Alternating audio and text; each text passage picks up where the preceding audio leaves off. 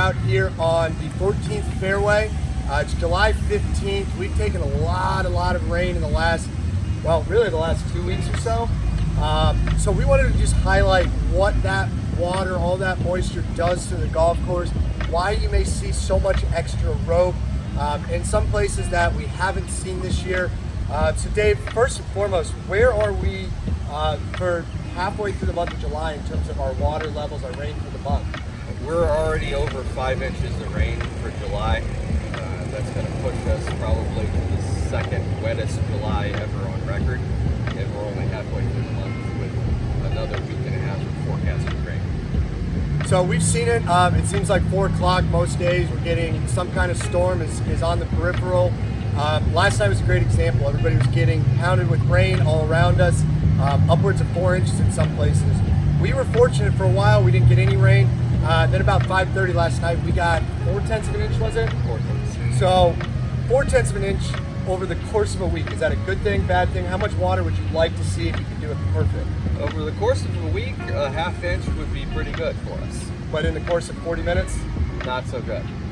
So one of the reasons that we're out here specifically is we wanted to highlight some of the damage that you may see. So even as I'm standing here, I can feel my feet sinking in. I noticed, Dave, you didn't have your fairway mowers out on this hole specifically today. You had guys push mowing. What's the thought process? What's going on there? We are so saturated to the point where our fairway mowers, which have a very light footprint to begin with, can't drive on the fairway. This is a perfect spot where this is actually damage created by our machines, where we drove through it and just pushed mud instead of grass. So now this just looks like a mud, wet spot. Is there still any turf left, or is this dead? We've got to reseed or potentially sod it. Unfortunately, this is going to have to be sodded out at some point. It's to the point where we can't bring it back.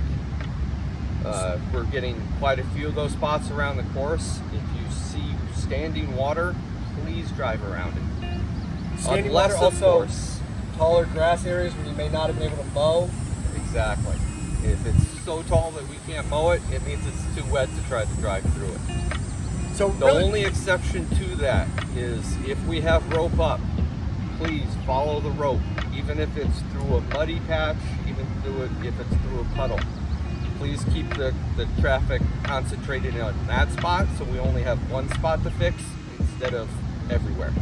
That's a great point. So when you do rope it off and we're driving the carts to the same spot, and it's still a little wet, obviously that's creating damage, but concentrated damage, we can work within that if it's in the rough more so than the fairway. If it's in the rough, we can see that one spot and it's basically out of play, or should be. Perfect. So really what we're doing is we're just trying to talk about how do we take care of your course and how can you, as a member, take better care of the course. And the biggest thing, the little things, I know it can be inconvenient with the rope and it's the whole fairway, but we really do just ask that we watch out for those ropes, we watch out for the signs.